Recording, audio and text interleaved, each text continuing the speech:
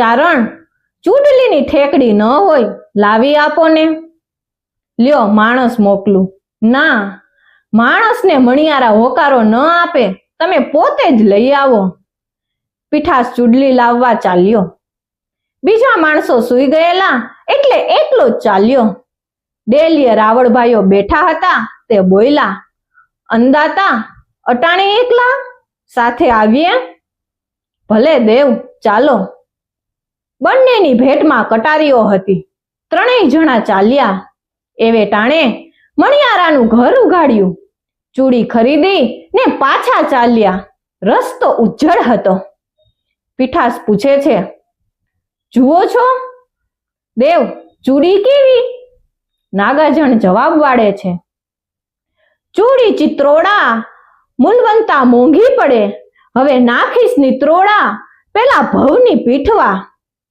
અર્થાત, હે ચિત્તોડના વાસી બનેલા પીઠાસ, ચૂડી તો તને બહુ મોંઘી પડી ગઈ. હવે તો આવતા અવતારના સૌભાગ્ય સાચવવા જ એ પહેરી શકાશે. પીઠાસ ચોંક્યો. આ મર્મવાણીમાં જાણે કંઈક ભણકારા તો વાગ્યા, પણ સમજ્યો નહીં. એણે પૂછ્યું, દેવ, મરસિયા જેવો દુહો કાં કહ્યો? હમીરે ઉત્તર દીધો, લ્યો બાપ, રૂડો દુહો કહીએ. મેળવતા માળ્યા નહીં, જળઝાંખીર તણા, અંગ અરૂઢ થયા, પારી રિયા પીઠવા. અર્થાત, હે પીઠવા, ઝાંઝવાના જળ મેળવવા તે બહુ મહેનત કરી, પણ તે મળ્યા નહીં.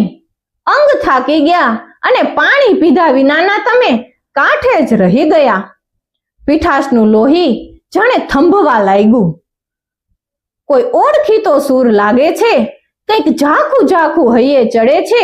ત્યાં તો ત્રીજો દુહો કહ્યો, પથારી પાન તણે જી છીનકું ચડાય, એને જાય તો ઘડિયું જાય, પણ પોર નો જાય પીઠવા. અર્થાત, હે પીઠાસ, સર્પની પથારી ઉપર જે દેડકું ચડે એને પછી મરતા બહુ તો એકાદ બે ઘડીની વાર લાગે, પછી કાંઈ પહોર સુધી એને જીવવાનું ન હોય. પીઠાસ સમજ્યો કે આ સાદ તો કાળનો.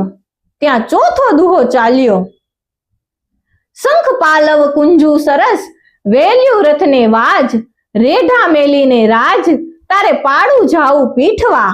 અર્થાત, હે પીઠાસ, આ સંસારના સુખ, વસ્ત્રાભૂષણ, બાગ બગીચા, ગાડીઓ અને ઘોડાઓ, અરે આખું રાજ, આ બધાને સુના મેલી ને તારે પગે ચાલતા નીકળવું પડશે. જી છીનકું ચારાય, પાનલ પથારી તણા, જાય તો ઘોડી